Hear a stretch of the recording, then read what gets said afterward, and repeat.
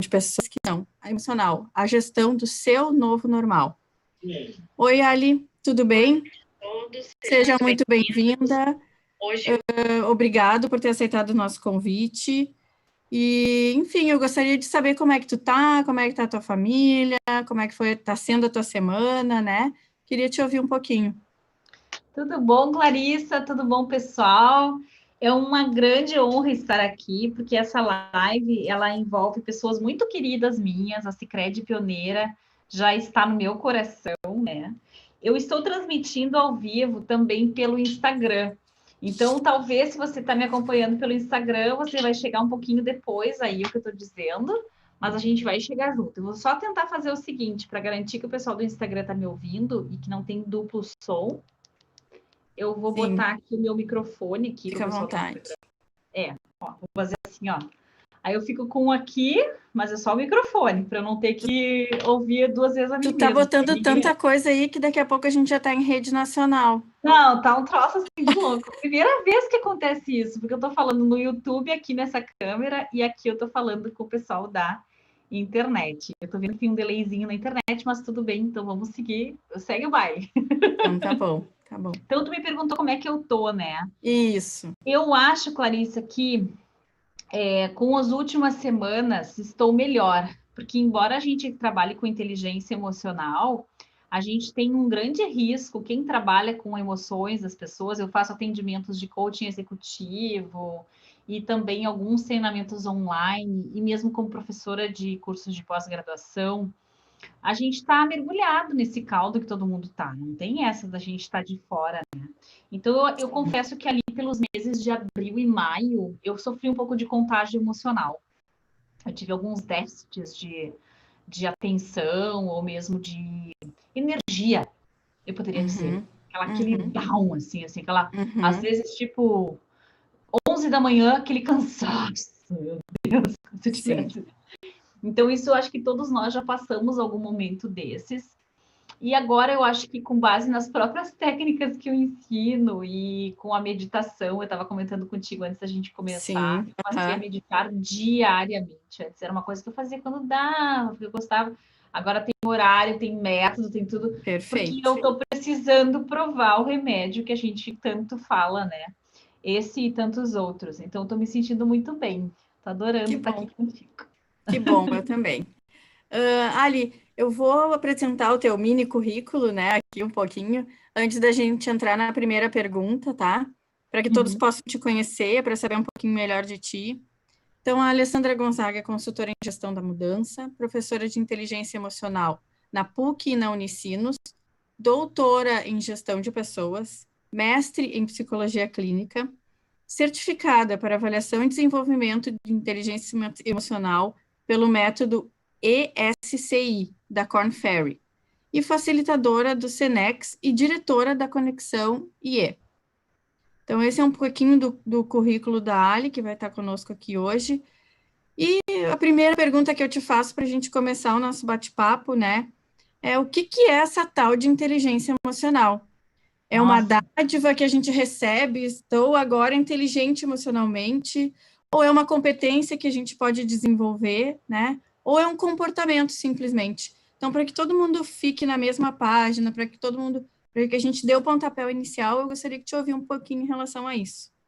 Adorei essas opções que tu me deu, Clarissa. Dádiva é a primeira vez que eu vejo de opção, tá? Então, essa eu vou guardar daqui a pouco, porque eu adorei essa possibilidade dela ser uma dádiva, mas eu já explico se ela é ou não. Um comportamento, ela é se ela for um adjetivo desse comportamento. Se comportamento é substantivo, ela pode ser um adjetivo. Ou seja, tu pode ter um comportamento emocionalmente inteligente. Então, se você se comportar de maneira intencional e não reativa, é muito provável que a IE tenha sido ativada para esse comportamento poder acontecer. Sim. Porque a gente reagir não precisa esforço nenhum. Esse comportamento reativo, que todos nós podemos ter, veio a situação, eu reagi de volta, é a resposta automática das emoções. Qualquer intervenção que você fizer entre a resposta automática e o comportamento intencional, teve que entrar aí a inteligência emocional. Então, isso já nos ajuda a entender que ela tem muito mais a ver não com uma competência, mas com um conjunto de competências, ou seja, Perfeito. não apenas o saber, mas o saber fazer e o ser percebido com, não adianta também me achar super a bolacha do pacote e ninguém perceber minha inteligência emocional. Então, ela tem muito a ver com essa competência em torno do perceber emoções, regular emoções em si e nos outros. E para isso, nesse modelo que tu chegou a comentar aí no meu currículo, o ESC é o Emotional and Social Competence Inventory. Por que competência? Porque é um inventário de competências socioemocionais. E esse pacotão de competências é que compõe a nossa inteligência emocional. De acordo com o Daniel Goleman e com o pessoal de Harvard, que ajudou ele nesse modelo, o professor Richard Boyatzis, a Anne McKee, e todo mundo fez isso junto com parceria com a Korn Ferry Regroup, que é a consultoria que eu sou consultora nesse modelo. Então, este modelo ESC diz que tem 12 competências que formam a inteligência emocional. Mas se a gente for resumir tudo isso, dá para dizer que inteligência emocional é um conjunto de competências para a gente reconhecer nossas emoções de outras pessoas, nos motivarmos de forma a conseguir modificar o comportamento que a gente estava falando e, portanto, regular as emoções na gente e nos outros. Eu sei que é uma definição bem longa, mas, como eu disse, é um conjunto de competências, não é só uma.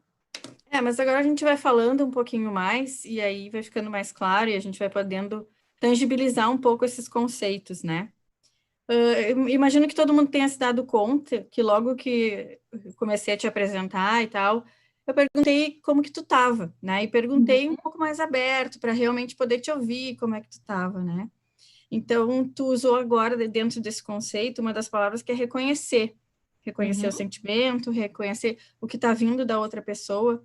No momento atual, o oi, tudo bom já não é mais o oi, tudo bom que era antes, porque antes tu perguntava para alguém, oi, tudo bem? E o outro dizia tudo bem, e já saía falando. Hoje, com tudo isso que está acontecendo, com essas mudanças, com pessoas em casa, com família, não existe mais aquele que, se é que existiu alguma vez, né, aquela coisa do profissional da porta para fora do trabalho, né? Hoje, o profissional está dentro da sua casa, não tem mais essa divisão. Então, a gente precisa exercitar para entender um pouco mais o que a outra pessoa está vivendo, uma coisa que é bem importante, que é a escutativa. Uma escuta genuína, uma escuta verdadeira. E eu queria que tu falasse um pouquinho disso, a importância da escuta no momento atual. Legal. Tá, Acho eu que já até vou para responder complementar, né, essa pergunta e já vou emendar com a dádiva, que eu deixei a dádiva perdida lá atrás. Então, deixa eu pegar legal. a dádiva aqui de volta. Só para complementar, eu acho que, assim, a escuta de si e a escuta do outro, né? Eu acho que é a importância a tal da autoescuta, né? Isso. Tá, então vamos lá. Primeiro eu quero matar a charada da dádiva. Dádiva seria um dom. E dom, para nós aqui da IE, a gente poderia traduzir como uma aptidão, uma coisa inata. Existe aí um modelo de inteligência emocional, entre outros aí que a gente trabalha, que é da Universidade de Yale. Quem já foi meu aluno conhece esse modelo, é do método Miskit, que chama. Este modelo entende que sim, muito da IE é também uma dádiva, ou seja, você já traz o potencial de IE e depois você vai desenvolver. Mas é parecido com aquela definição que se faz, por exemplo, vamos pegar uma paralela, a inteligência musical, que é uma das inteligências lá que o Gardner mapeou nos anos 80. Então, todos nós temos um potencial de aprender música, mas a gente é inegável que a gente já conheceu pessoas que estavam no prézinho e já estava lá batucando no pianinho, né, ou assoviando uma música que alguém cantou e que rapidamente sabia como reproduzir aquela questão. Então, tem uma parte da IE que é inata. E tem um pedaço importante dela que é desenvolvida. Qual que é a parte mais inata? Aí é que a gente vincula com a escuta que tu falou. Então, uma das habilidades de IE mais difíceis de desenvolver, porque ela tem muito mais a ver com características próprias do indivíduo, é a empatia. E eis que tem pessoas que tu vê já no prezinho. Eu sempre digo, se tu conseguiu ver no prezinho é porque é inato. Não deu tempo aquele ali tá pronto. Exato, já vem de personalidade, né? Já vem num sentido assim de veio com aquela pessoa, independente da criação, né? E tu vê que tem crianças mais abertas a ouvir, menos abertas. Existem até questões que dizem de diferenças de meninos e meninas, mas eu não vou entrar nesse porém aí. O que acontece é que a empatia, ela precisa ser praticada. E não há dúvida que, como tudo que a gente pratica, a gente fica melhor. Então, numa época de pandemia, tem uma coisa que acontece com a nossa escuta. Ela diminui. E Sim, isso tem a ver com o nosso cérebro. Então, sem querer ser técnica nem nada, mas se a gente tem uma estrutura instintiva no nosso cérebro, que a gente vai chamar de cérebro reptiliano, quando a gente está sob muito tempo de estresse emocional, ou seja, quando a nossa amígdala cerebral, a gente tem aquilo que a gente chama de sequestro de amígdala, que é no sistema límbico, isso não é no cérebro reptiliano. Quando isso fica muito tempo ativando a gente, que é o caso exato do que a gente está vivendo. Olha, sim, pode ter Covid na porta. Ó, pode ter pego Covid no teu sapato. Ó, tu pode estar com Covid nas mãos. sim, Ó, cuidado sim, que passou fulano, né? Ali pode ter Covid. O tempo inteiro, essas ameaças estão sendo postas no nosso campo emocional. E isso vai gerando um estressamento do corpo físico e da nossa resposta de reação. Então, é muito, para tentar simplificar, tem uma máxima que é freudiana essa. A gente não ama quando a gente está com dor de dente. sem dúvida, perfeito. E é mais ou menos isso. Como é que eu vou ter escuta do outro se eu mal estou conseguindo regular as minhas emoções para conseguir estar aqui trabalhando? Como é que eu vou conseguir te ouvir os teus problemas se os meus já estão fazendo fila ali atrás que eu não estou conseguindo resolver? Então, a Perfeito. escuta, ela fica bastante dificultada quando a gente está estressado. Uhum. E por isso que a terceira parte da tua pergunta, a autoescuta, é por aí que começa. Naí a gente vai chamar isso de autoconsciência das emoções. Se eu consigo me ouvir, me perceber, e aí a pergunta que tu me fez, como é que tu tá? Se eu me faço essa pergunta na frente do espelho de manhã, oi, tudo bom? Eu que te conheço desde que tu Sim, nasceu. Uhum. Ai, como é que tu amanheceu hoje? Se eu consigo fazer essa autoescuta, isso facilita muito do que eu vou depois ter que ter de tarefa emocional durante o meu dia, tá? Não sei se Sim. ajudou, Clarissa, mas ficou legal da gente fazer esse combinado aí da escuta própria para o outro. Viu só? Vamos aproveitar agora os combinados que a gente fez, porque a gente fez vários combinados, né? Nos nossos alinhamentos. Vamos aproveitar e falar sobre mais um, que é algo que eu gostaria muito de te ouvir, assim, a tua opinião, e acredito que todo mundo também vai curtir. Vamos traçar uma linha, como se fosse uma linha do tempo disso tudo que está acontecendo, né? Vamos Tá, pegar adoro justamente linha do tempo. a questão do aprendizado, a questão daquilo que tu estava falando antes, dessas mudanças todas que estão acontecendo. A gente faz uns 4 meses que começou com toda essa questão da pandemia, né? E lá atrás, como é que a gente organizava o nosso aprendizado? Tu ia até um local, fazia um treinamento, pagava por esse treinamento, dedicava tempo, Ai, sim. dinheiro, enfim, para fazer toda uma logística para conseguir ter acesso a qualquer conhecimento de alguma coisa. Começou a pandemia, parou tudo. Ninguém mais sabia para que lado ia se virar. Como é que agora as coisas vão ser? Tem um monte de treinamento agendado, tem um monte de. Como é que as coisas vão se dar a partir daí?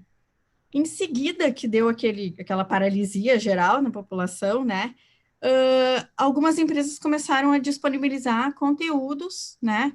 E conteúdos de forma gratuita, pela internet, livre acesso, né? A Netflix liberando filme, todo mundo liberando e coisa.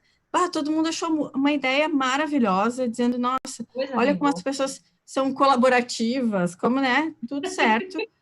E aí, depois disso, tu foi indo e começou a entrar todo mundo. A gente se acostuma, né? Rapidamente as coisas como elas são. E Opa, a gente foi indo, e aí hoje a gente tem uma infinidade de conteúdos, uma afinidade de estímulos, né?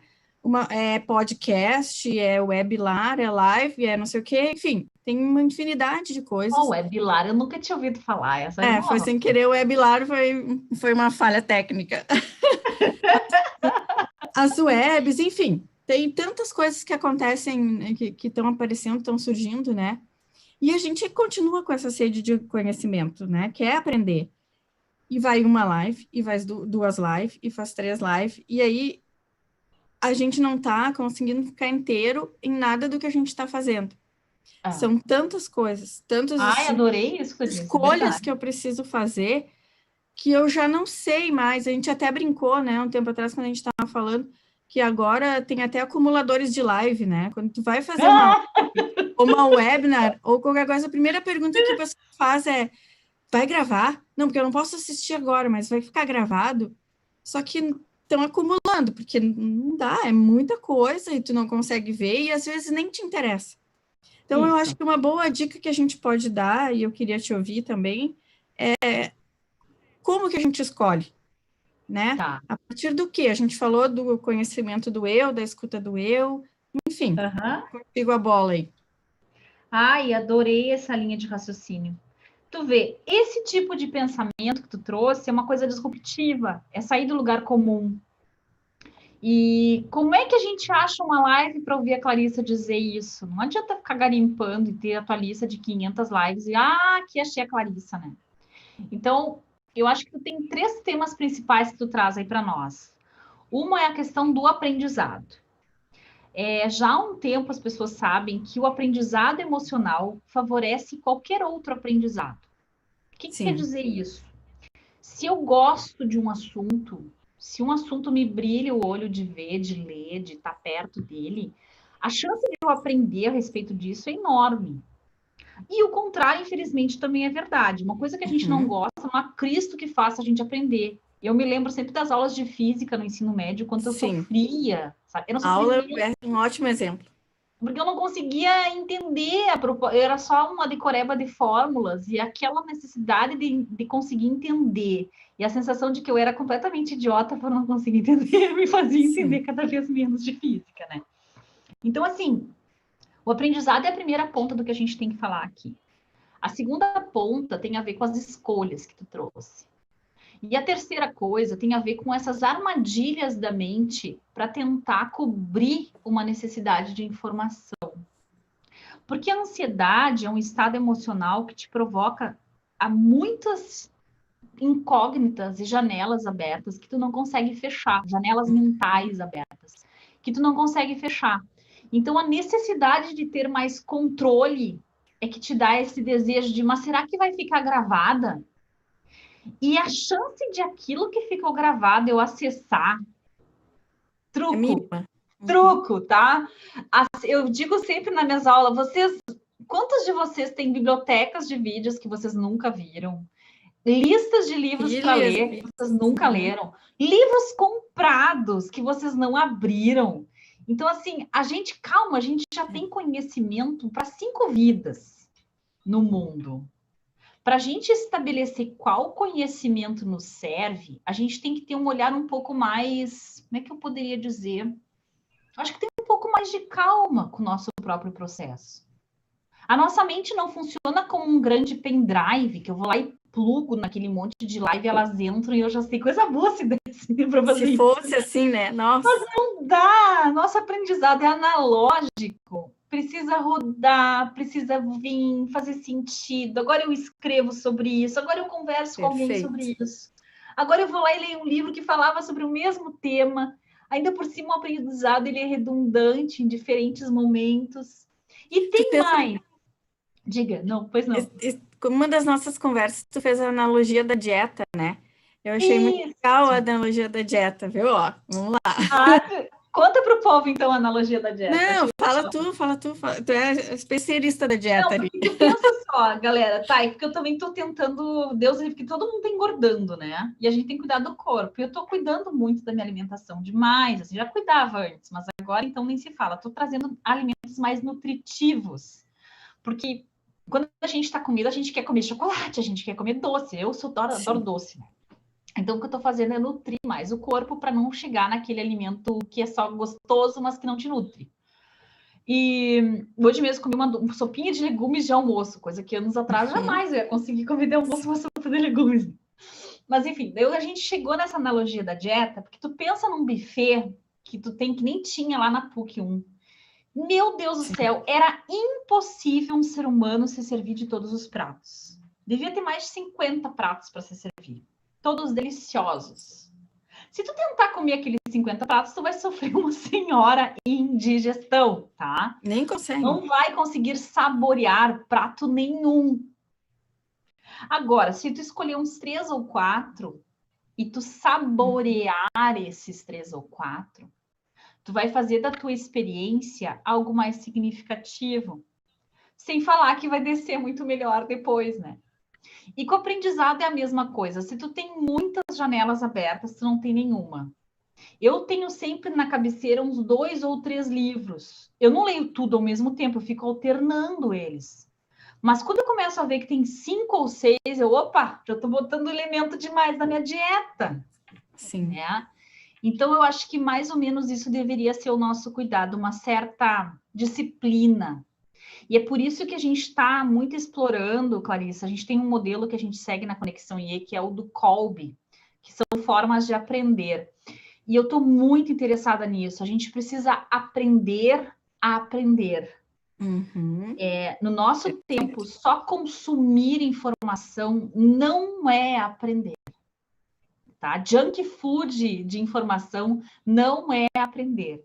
A gente precisa, de fato, fazer sentido nesse conteúdo que a gente está assimilando aí, nesse monte de material que agora a internet oferece. Tu tem toda a razão. Eu tive uma sensação no começo, o pessoal se acompanha a Conexão IE vai ver, lá pelos meses de abril e maio eu dei um apagão. Eu não queria saber de rede, me deu assim um enfaro daquele monte de coisa. E aí agora que a gente começou o papo de E, dia 10, 20, 30, 3 vezes no mês só, e estamos trazendo conteúdo ali de graça para o pessoal também, mas tudo com muita calma do que a gente vai botar nesse cardápio. Tá? E não é só comer menos, né? É comer com qualidade. Né? Não adianta não comprar mais livro, não guardar mais live, ou sei lá. Não, é escolher mesmo o que significa para ti, né? Tô vendo uma pergunta aqui para nós, Clarissa. A gente comenta já. Eu achei uma aqui no Instagram já. Eu não enxergo elas aqui. Dele, porque agora eu tô vendo que ele tem um delay, né? O Mauro vai anotar para nós aqui, daí depois a gente vê algumas perguntas, pode ser? Porque eu não consigo enxergar elas aqui. Eles estão falando sobre conhecimento, achei bem legal. Daqui a pouco a gente responde vocês, tá, pessoal? Tô adorando. A gente tem. Tá falando em pergunta, a gente fez um exercício ali, né, de pedir para as pessoas mandarem algumas perguntas. Isso, eu também tenho. E eu vou trazer uma pergunta do Eduardo Zimmer, que é nosso gerente de agência, e ele perguntou: qual a importância que a inteligência emocional tem sobre a criatividade? Ai, que delícia de pergunta. Adoro essas perguntas assim que misturam as coisas, né? Tipo assim, misturar comida doce com salgada. E criatividade. Vamos lá. Se E tem a ver com o mundo emocional e com alguma regulação desse mundo emocional, a gente poderia dizer que a criatividade se alimenta de determinados estados emocionais. Então, para exemplificar, naquele dia que eu estou olhando para a chuva cair, e que eu tô lá pensando de como é que eu era quando eu tinha 20 e poucos anos de idade. Eu tô zero criativa. Eu tô pensando no passado, eu tô reflexiva, eu tô de boa para tomar um chá com alguém, ou para dormir uma soneca daqui a pouco. Então, existem certos humores que favorecem a criação. E esses humores têm a ver com uma visão abertura de mundo, então são humores mais positivos, e são humores de maior energia física, vital. Então, quando a gente está vendo o lado bom, digamos assim, o copo meio cheio, como a gente diz no popular, sim, perfeito. Nesse momento a gente aumenta os nossos recursos cognitivos e a gente encontra soluções, inclusive, onde não haviam soluções. Então, em outras palavras, existem vários estudos disso. O Seligman é um cara que estuda muito o poder do otimismo para aquilo que tu queira fazer, tanto para tarefas cognitivas como para o teu comportamento. E eles vão dizer, os positivos, os otimistas, criam mais, tá? Não quer dizer que eles consigam pagar as contas e nem que eles consigam encontrar o erro no que criaram, porque para Mas isso... é um círculo virtuoso, né? Eu É um acho círculo virtuoso. No e final das positivo. contas, vale a pena. Vale a pena a gente procurar o lado positivo das coisas. Com certeza, com certeza. Ali, a gente falou em algum momento ali sobre a questão da presença, né? E tu começou falando que tu tá fazendo meditação, enfim, eu acho que essas práticas, tu dizes que tem te ajudado, mas tem ajudado muita gente também, né? É verdade. Tu quer dar pra gente mais algumas dicas, alguns Eu tenho, sim, exercícios? uma dica aqui. Eu tive um professor de inteligência emocional da Índia, nesses congressos que a gente fazia, e muito da nossa regulação emocional a gente consegue via respiração. Não é que a nossa cabeça não possa fazer grandes coisas, também pode, mas o trabalho da cognição para diminuir uma resposta límbica é um caminho bem mais longo. Eu refleti, eu pensar dos meus humores, o porquê. Por exemplo, essa informação que eu dei para vocês agora. Não quer dizer que a pessoa criativa pague as contas. Alguém pega essa informação fora de contexto e diz, como assim você está dizendo que os criativos são caloteiros? Sim, E eu sim. só estou querendo dizer que para a gente pensar nas contas, a gente precisa de outros humores. Então, o que eu quero dizer é que a nossa mente, ela nos pega peças, ela pega talhos cognitivos. E por isso pode ser mais difícil você modificar um pensamento ou mesmo um sentimento sobre algo só pensando sobre isso. Às vezes a mente é circular, inclusive. E por isso que a respiração e a meditação vêm. A meditação vem para acalmar um pouco essa mente tão tagarela que a gente tem. Tem um fenômeno que é o overthinking, ou pensamento excessivo. E tá todo mundo sofrendo desse fenômeno. Por quê? Porque a gente tem janelas mentais demais, porque a gente viu lives demais, porque a gente acabar essa live e vai ver um programa do Netflix, porque a gente não para nunca mais de pensar e de colocar estímulos para a mente. Então, a meditação, tem vários estudos aí de pessoas sérias na área de neurociência, explicando como ela está se tornando assim, meu Deus, tinha que estar na cesta básica, sabe? Como aprender a meditar. Tinha que estar na nossa dieta diária aí de práticas. Começando com 1 minuto de meditação. E o que é 1 minuto de meditação? É você fechar os olhos e você fazer 3 inspirações e 3 expirações consciente e de olhos fechados. Simples assim. Não tem que sentar em posição de lótus, de frente para o pôr do sol. 1 minuto. Exato. Bota no relógio e nesse 1 minuto tu vai praticar a presença total de estar no teu corpo, de estar atrás dos teus olhos, como eles dizem também nesses nossos treinamentos. Então, se eu conseguir praticar 3 dessas bem feitinhas, bem conscientes, com os meus olhos fechados, e se eu me programar a só abrir os olhos com carinho, assim, como se eu fosse abrir os olhos esperando que o mundo tem para me revelar, é um calmante natural. Eu aciono o meu parasimpático e o meu corpo entende, tá tudo bem. Melhor que um abraço até.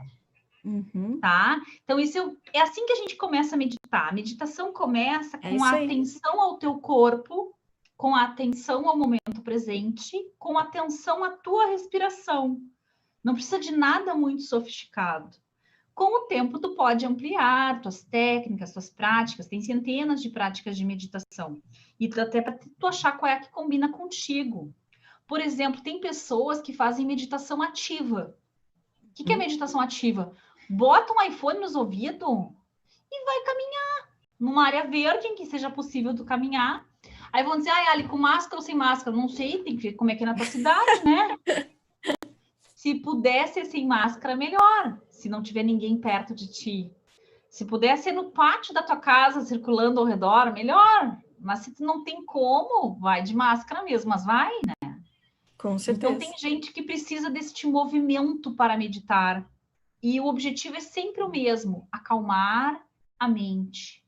Parar de deixar a mente ser dona do que tu sente, do que tu pensa, do que tu vai fazer em seguida, tá? Acho que é isso. Não sei se eu esqueci de alguma coisa. Não, acho que tá tranquilo. Tu falou um negócio que tem muito a ver com o título que a gente deu para essa live de hoje, né?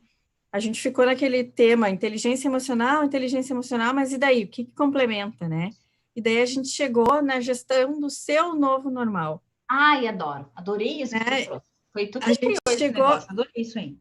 a gente chegou nesse título para hoje, porque é bem isso que tu tá falando, assim, é o protagonismo. Uhum. Nada disso vai melhorar, nada de conhecimento tu vai ter, nada de escolhas corretas tu vai fazer, se tu não focar uma atitude para isso, se tu não te determinar para isso, né? Se Uhum. não for algo que realmente tu entenda que é necessário para ti, que faz sentido, e tu te dedicar a isso, porque não cai do céu, né? Isso. E eu acho que tu falou a palavra certa aí, necessário. A gente só consegue fazer mudanças quando elas são absolutamente necessárias. O nosso corpo ele tem uma tendência, e aí é uma questão de novo de evolução, de fazer mais do mesmo. Se eu já fiz uma vez e deu certo, a troco de que eu vou mudar? Então eu Exatamente. não vou me esforçar em tentar achar um outro jeito de fazer, a menos que eu precise muito disso. E essa ação intencional que a gente está falando, que a gente pode chamar de protagonismo, que a gente pode chamar, como disse alguém aqui, parar de estar no automático, requer muita disciplina. Não é uma coisa fácil fazer isso. Não é assim, amanhã eu vou virar Não, uma com pessoa certeza. livre e dizer, não, vai ter que muitas vezes decidir por mudar até mudar. Isso. Sabe? Vai ter muitas vezes que você vai ter que estar de novo, mas eu tô de novo aqui decidindo se eu vou dormir ou se eu assisto mais uma série. Tá. E mais uma vez você vai ter que dominar a tua vontade de fazer mais do mesmo. E dá uma preguiça da gente pensar em trocar de hábito muito grande. Então, por isso que a gente tem que facilitar o processo. A gente deveria começar por mudanças fáceis. Então, por exemplo, por que a gente botou lá o nome? Gestão do Perfeito. novo normal. Bom, eu não posso mais fazer treinamento presencial. Não adianta eu ficar reclamando com todas as instituições. Eu não paguei um curso EAD. Ninguém pagou um curso EAD. Eu não paguei para ser professor EAD. Eu não fiz curso. Exatamente. Mas é o que a casa oferece. Escolhas. Não tem. Ou é isso, ou não vai fazer aula agora, ou não sabemos quando nos veremos. Então, vamos tentar fazer o melhor que dá com o que a gente tem. Então, quando a Exatamente. gente aceita que não dá para ser como a gente quer, mas que dentro do que é possível a gente pode ter alguma ação, também é uma mudança de chave. E aí é que vem a gestão do novo normal. Normal é uma palavra que é muito mal compreendida. A gente pode ter normal como um normal estatístico, que tão somente é o mais presente. Normal, em termos de estatística, é isso. Tu pega... O que é normal em altura? 1,60 m, 1,65 m. Se eu tenho 1,95 m e outro tem 1,45 m, tu é anormal, do ponto de vista estatístico. Exatamente. Comigo. Não, agora se tu tá Então, no time de basquete, já mudou a figura, já né? mudou, tu é um anormal no sentido de tu tá fora da curva normal, aquela que fala da maior tendência no meio, ali, mais ou menos no meio da coisa. Então, essa é uma noção de normal. Uma outra noção de normal é o que é conhecido, o que é compartilhado coletivamente. E nesse sentido, aquele mundo que a gente compartilhava não vai existir mais. Tá? Não vai. Não Porque vai. mesmo que tudo volte, se Deus quiser, vai ter vacina, vai estar tudo bem. A gente vai ter empresas que vão pensar antes de mandar um colaborador para ficar 8 horas fora, viajando, para aproveitar para uma reunião de 1 hora, como se fazia, e depois talvez perder o turno seguinte. Quantas pessoas perdiam o contato com a família por semanas, por meses, por coisas que poderiam ser resolvidas numa reunião remota? Há quanto tempo a gente tem possibilidade de ter trabalho remoto? E a gente Exato. Uhum. e a gente abre mão disso porque a gente entende que só se podia resolver pessoalmente. Então, certos paradigmas que a gente tinha de como o trabalho funciona, de como a colaboração funciona, de como o aprendizado funciona, eles foram quebrados. E a gente vai ter que construir o novo normal. Agora, o nosso novo normal é enquanto o jogo tá rolando, meu. Não dá para esperar a pandemia passar. Como é que tu te organizou? Como é que tu organizou a rotina dos teus filhos? Como é que tu organizou teus pais, caso tu cuide deles? E é enquanto tá rolando o jogo que a gente vai ter que fazer isso. Não vai ter uma pausa para a gente fazer, né? Que pena, né? Seria bem melhor se tivesse, mas essa é a vida real. Quem sabe faz ao vivo, e a vida não tem... Isso aí. Uma vez eu era adolescente e diziam isso, né? A vida não tem rascunho. Fez a tua obra enquanto tá rolando, não tem rascunho, não dá para rabiscar. É isso aí, é isso aí. Eu vou pegar duas perguntinhas aqui. A Dilce Mata, acho que é Mata ou Mara agora, não sei. Como as empresas podem mensurar a inteligência emocional dos colaboradores quando eles são mais questionadores e inquietos? Não entendi. Faz de novo, vamos ver, Clarissa. Não sei, parece que tem duas perguntas em uma aí, vamos ver. Vamos ver se aqui. Como as empresas podem mensurar isso é uma coisa. A inteligência emocional dos colaboradores quando eles são mais questionadores e inquietos? Ela quer mensurar só quando ele for mais questionador e inquieto, agora que eu entendi. Então vamos lá. É mensurar mesmo? Não, é mensurar tranquilo. A gente poderia parar a pergunta aí. Como eu posso mensurar a IA de alguém? Ponto. Aí já tem uma pergunta. A outra, ela quer saber como mensura quando a pessoa está questionadora e inquieta, né? Então, vamos lá. Eu acho que é ansiedade, alguma coisa nesse sentido. Questionador inquieto. Então, segura o questionador inquieto, vamos primeiro para o mensurar IE. Em qualquer condição, tu pode avaliar a inteligência emocional dos teus colaboradores. A gente faz isso há 12 anos lá na Conexão IE. O que eu recomendo? Seja qual for a métrica que tu vai usar, que tu utilize essa métrica com profissionais certificados, com pessoas que conhecem a área, porque não é fazendo um quiz de autoavaliação e perguntando, escuta, o que tu acha que tu é em nota de empatia de 1 a 10? Não é assim que se mede inteligência emocional. Então, foram anos de pesquisa até saber o que perguntar, para quem perguntar, como perguntar, ou seja, como é que essa pergunta é construída e como consolidar para a gente saber como é que mede inteligência emocional em qualquer ambiente, tá? Mas é claro, eu sou super suspeita para falar, a métrica mais utilizada no mundo todo é esse modelo ESC que estava lá no meu começo. A gente já tem uma base na Korn Ferry de 80 mil líderes globais. E para avaliar esses caras, tu multiplica de 5 a 10 pessoas, no mínimo, para fazer essa avaliação. Às vezes são grupos de 15, 20 pessoas fazendo avaliação. Então, por que ele é uma métrica muito boa? Primeiro, porque ele tem uma percepção de muita base de dados de outras pessoas nas empresas. Uma amostra grande, né? Uma amostra, exato, de base muito grande. E segundo, porque ele é uma avaliação 360 graus. Então, uma coisa é o que eu, Ali, acho da minha inteligência emocional. Eu posso me achar a última bolacha do pacote ou me achar um vice-treco de subcoisa.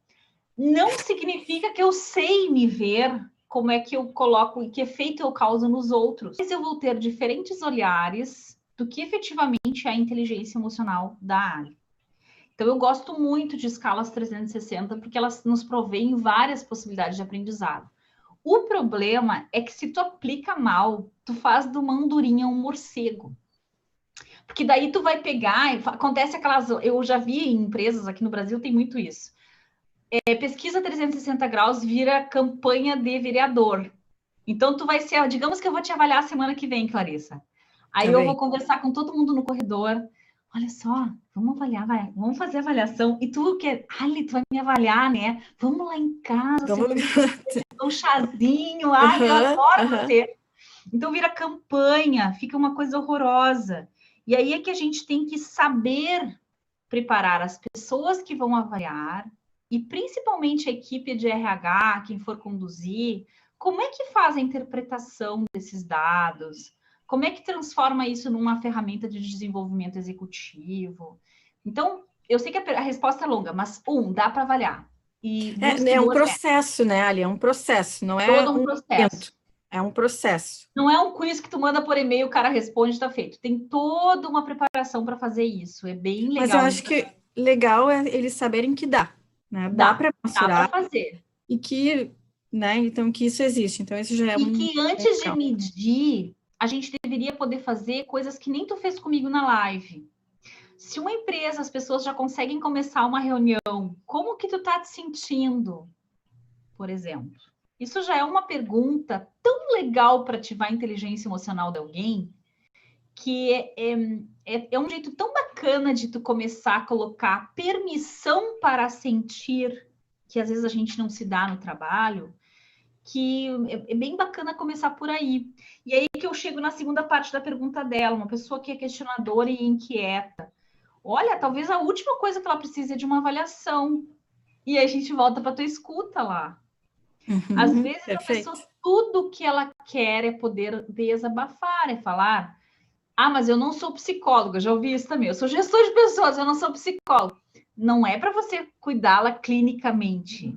É porque, É, como um gestor de pessoas, tu tem que saber lidar com emoções humanas e com com pessoas. reações humanas. Então, às vezes, falta essa investigação mais assim, ad hoc, antes de fazer qualquer avaliação. E eu sempre brinco que bem lá no fundinho de psicólogo todo mundo tem um pouco, né? É verdade, né? Não A tem como minha filha escapar. adolescente, eu sei que também a coitada da minha filha tem muito estímulo desde pequena, né? Mas eu me lembro dela na fila, aquele monte de adolescente, e ela ouvindo, assim, as histórias, né? Então, aquela pessoa que é o que todo mundo conta seu sofrimento, já tem um pouquinho aí, né? De Aham, escuta, né, aham. Clarissa? Tu tem uma pergunta aí que tu queira fazer que tu viu antes? Já passou? Tem mais Ai, uma. quem disse que eu lembro agora, e se eu abrir, eu não vou conseguir abrir. Tá, eu Eu tenho acho, mais uma. eu acho que era parecido com essa coisa da avaliação, viu? Se eu não estou enganado. Ó, aqui tem uma bem legal, ó, da Bianca. Que dicas você pode dar para conversar com as crianças sobre emoções? Ah, a Bianca é minha amada, como é que eu ia deixar de responder para ela? É, não, Bianca ela é um tá ser aqui humano na filinha. fantástico. A Bianca cuida do projeto União para a Vida, né? É isso? Faz a vida. A União faz a vida. União faz a vida. Maravilhoso, das abelhinhas lá. Isso aí. Como é que a gente fala disso com as crianças? Sabe, Bianca, que a criança, ela vem com inteligência emocional. E aí, no processo de socialização dela, a gente vai tirando aí da criança, assim, a gente vai raspando até ela se tornar um adulto completamente insensível às emoções. Perfeito. Então, assim, se você não desfizer a autenticidade emocional de uma criança e se você incentivá-la a ter vocabulário emocional, você já está ajudando. Por exemplo, tá? Uma criança que chega para ti e diz: "Tu tá triste?" Se tu tiver triste, diz: "Tô. Não tem nada a ver contigo, mas que bom que tu percebeu que eu tô triste. Muito obrigada." Esse tipo de coisa é alfabetização emocional. Tu tá ensinando a criança que sim, ela sabe o que é tristeza na cara de alguém, né? Um outro exemplo, uma criança chega para ti e tá muito furiosa e diz: "Eu não quero saber de ti, eu não te amo mais." Ao invés de tu dizer: "Ai, tu não me ama mais", tu vai chegar e dizer: "Tu tá muito brava agora. Eu entendo a tua braveza. Quando tu te sentir mais calma, a gente conversa." Aí tu diz: "Ai, ela é uma criança." E ela vai adorar, Exatamente, ela sem vai ter uma problema. sensação Aham. muito boa de segurança, Acolhimento.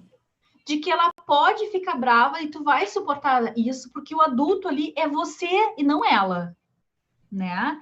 Então, às vezes, eu vejo pais que querem que crianças tenham respostas de adulto. Tu quer ver um estresse para uma criança? Isso eu vi acontecer num buffet, mas faz tempo, foi antes da pandemia. Era um bebê de 2 anos, eu acho que não sabia nem falar a criança. E a mãe chegou no buffet e disse: "O que que a Nenê quer comer?" Ai, não faz isso, sabe? Não estressa, coitadinha. Ela não tem que saber o que ela quer comer. Tu tem que botar comida na frente dela. Ela tem que comer, criatura. Ela não tem condições de fazer esse tipo de escolha. Então, tem muitos pais que depositam inseguranças emocionais nos filhos. Isso eu acho uma tragédia. Então, ensinar a ter honestidade sobre o que sente, falar dos sentimentos sem por eles ser contaminado, ser um adulto que sim se permite sentir, tudo isso é ensinar inteligência emocional para uma criança. E o nosso papel de pai e mãe, assim, tem muito a ver com traduzir também os sentimentos que eles estão sentindo, né? Porque Ai, muitas perfeito. vezes nem eles Nem sabem, eles ou sabem nem isso. reconhecem, e aí tu também exigir que tenha algo nesse sentido é complicado, né? E isso, Então, dependendo da idade, perfeito, Clarissa. tá? Eles não sabem dar o nome. E aí tem alguns joguinhos, tem bonequinhos, que tu diz como é que tá a cara mais parecida com o que tu tá sentindo. E tu bota lá um monte de emoji. E a criança vai procurar naquele emoji qual que parece mais com ela. Perfeito. Nem sempre eles sabem dar nomes. Mas tenham certeza, as crianças aprendem sobre emoções antes de aprenderem sobre as palavras. Então, ela sabe pela expressão da mãe, se a mãe tá bem, se a mãe não tá, se a mãe tá brava, se a mãe não tá. E depois é que ela vai aprender a dar um nome disso. Ah, então isso é medo, Uhum, isso é raiva, isso é tristeza. Mas primeiro ela sabe reconhecer. sim. Só no olhinho aqui, ó. Que amor, né? Já Delícia olha torto, total. já sabe que vai fininho daí. Aham. Eu vou te fazer mais uma pergunta do Gilmar Luiz. Como podemos exercitar nossa inteligência emocional tentando diminuir nas emoções negativas? Acho que hoje em dia a gente está com um peso grande, né, de dúvida, de angústias, de medo, e isso é um pouco mais negativo num contexto que a gente está vivendo, né? Então, Uhum. ele está Deixa eu pedindo ver de algumas novo a dicas. pergunta, Clarissa. Como focar aí para diminuir emoções negativas, é isso? Isso aí. Então tá, vamos lá. De novo, todas as emoções têm um papel. Essa é uma primeira coisa de quem trabalha com I. A gente não anda com óculos cor-de-rosa distribuindo por aí. Naqueles óculos que dão 3D, assim, coisa bem. Não. A gente entende que toda emoção tem um papel. Só que, vírgula, as emoções negativas ou aquelas mais desagradáveis, medo, raiva, tristeza, frustração, ansiedade, culpa, vão causando efeitos colaterais de médio e longo prazo. No caso de uma pandemia como essa, vão criando sequelas físicas e, por que não dizer, Uhum. provocando estresse físico, emocional e psicológico. Então, é claro que ninguém gosta de estar nesse caldeirão. Como é que você diminui isso? Tem duas formas, assim, a grosso modo, ou de forma rápida, da gente falar das formas de se fazer isso. Uma, ou você diminui os teus estressores, que são aquilo que provocam as emoções negativas. Diminuir a exposição ao estressor já ajuda. Por exemplo, eu sei que eu vou ver o jornal e eu vou ficar nervosa. Então desliga a TV, criatura. Assiste menos tempo. Coloca 10 minutos de noticiário e não 3 horas por dia. Se tu diminui a exposição ao estressor, isso a Associação Americana de Psiquiatria estava recomendando semana passada. Parem de assistir o tempo inteiro notícia, isso não faz bem, porque eu estou exposto a um estressor. E isso vai ficar provocando emoções em mim, a menos que eu vire uma ameba que não sente mais nada. Enquanto eu Que tiver não vai sistema acontecer. límbico, se tu tem um estímulo para se sentir com medo, tu vai se sentir com medo e todos os decorrentes dele, por exemplo, a ansiedade, a preocupação, o estresse, a antecipação, o pânico de sair para ir no mercado. Então, se eu ficar exposta, eu vou sentir mais. Então, a primeira coisa é diminuir a exposição a estressores. A segunda coisa é ampliar o tempo e a absorção de emoções positivas. É o outro lado da coisa. Então, eu tô sozinha em casa e tô comendo, eu sempre dou esse exemplo que eu adoro, comendo bergamota no sol, coisa que eu fiz hoje. Mas aquela bergamota dura, né? Eu tiro fiozinho por fiozinho daquela bergamota, porque agora eu tô me sentindo bem. Existe uma expressão para isso que é o savoring, que é eu tô apreciando aquela experiência. E quando eu terminar o meu dia, eu vou me lembrar de todas as experiências positivas que eu tive e vou ficar aqui, ó, de novo. Então, eu vou aumentar a minha exposição ao que é bom, portanto, também pessoas que me fazem bem. Não existe maior fonte de emoções positivas do que relacionamentos saudáveis. Pessoas que eu gosto de ver. A gente é um bicho Conversar. social. Uhum. E olha que legal que a gente é como ser humano que dá para ser. Que é claro que eu queria estar perto de ti, Clarissa, mas enxergar o teu rosto, ouvir a tua voz, já compõe no meu imaginário muito do que é estar com a Clarissa. Não é 100%, mas é 60%, 70%, é o suficiente para eu absorver um pouco da Clarissa. Então, também, se tu tá com pais acamados ou longe de ti, ou para dar um exemplo aqui, liga, mas olha no WhatsApp, liga a câmera, mostra que tu tá cozinhando enquanto tu tá conversando. Quanto mais estímulos eu der das coisas boas, mais eu também estou promovendo enfrentamento. Perfeito.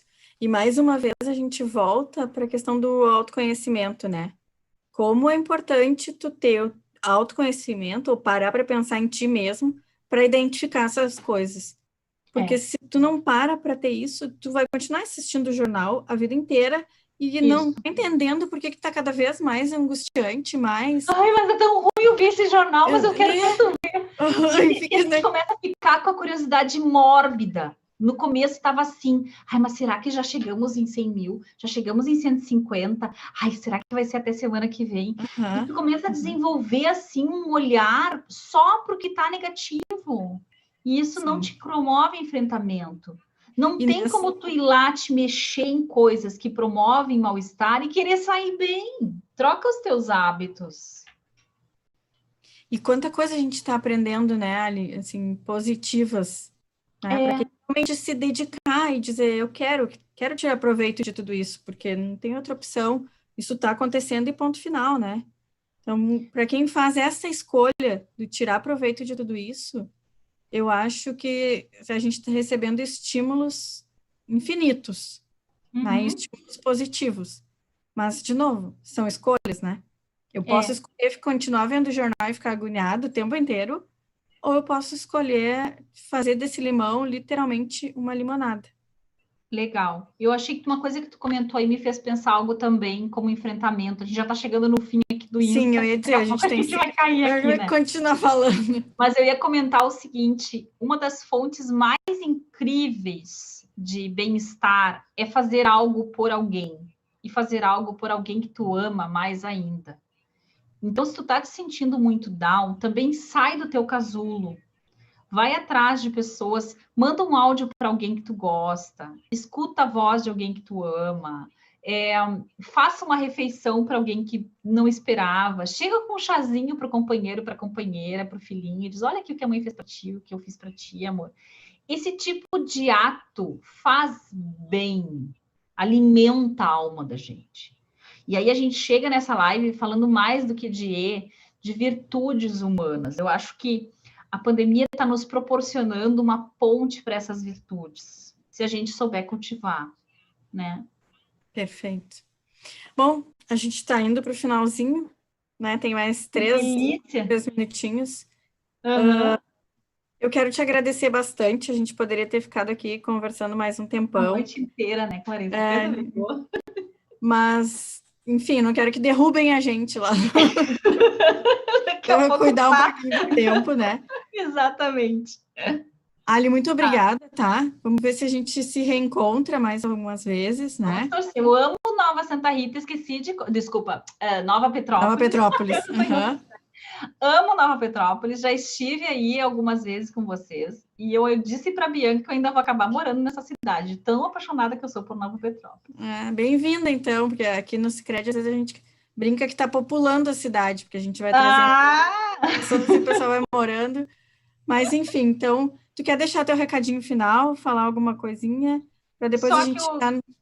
Minha gratidão, que eu amei estar aqui, que eu espero que cada um que tenha visto essa live ou que vá ver depois seja um multiplicador dessa energia positiva e que confie mais no seu coração e na sua capacidade de crescimento que todos nós temos de aprendizado. Com certeza. É isso. Então tá bom. Um abraço, querida. Namastê para todo mundo. Namastê. Muito obrigada, pessoal. A semana que vem, na quarta-feira, tem novamente uma live, né? Deixa eu ver aqui onde é que é com o Thiago e com o Frei Jaime, a próxima live da semana que vem. Não percam, que vai ser sensacional, tenho certeza. Tá bom? Um beijo, boa Beijo pra noite, todo bom mundo. descanso para todos. Tchau, tchau. Tchau, tchau, gente. Show de bola.